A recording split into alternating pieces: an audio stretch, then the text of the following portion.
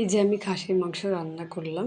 এখানে আমি 750 গ্রাম খাসির মাংস নিয়েছি। এতে 1 চামচ হলুদ গুঁড়া, 1 চামচ ধনে গুঁড়া, 1 চামচ জিরা গুঁড়া, 2 চামচ মরিচ গুঁড়া, পরিমাণ মতো লবণ, এগুলো দিয়ে ভালো করে মাখিয়ে নেব। মাখিয়ে নেওয়ার পরে এর মধ্যে আমি 2 চামচ সরিষার তেল অ্যাড করে দেব। এগুলো দিয়ে ভালো করে মেখে 1 ঘন্টা ম্যারিনেট করে রাখব। ম্যারিনেট করে আপনি ফ্রিজেও রেখে দিতে পারেন।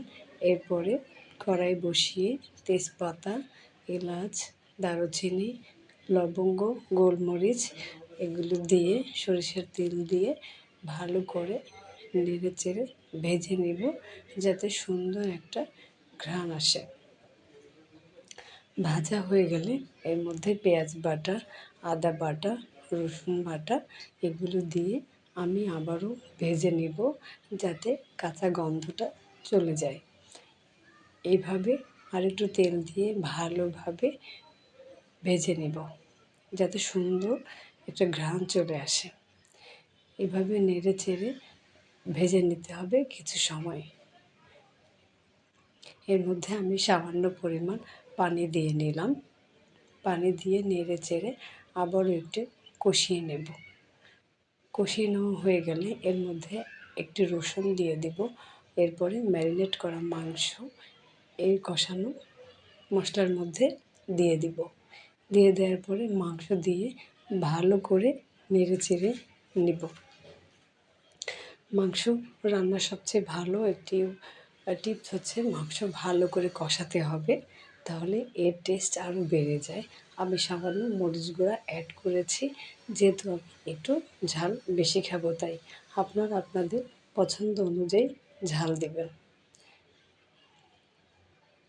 কিছু সময় আমি এরকম নেড়ে চেড়ে নিব, যাতে মশলাটা ভালো করে কষানো হয়ে যায়।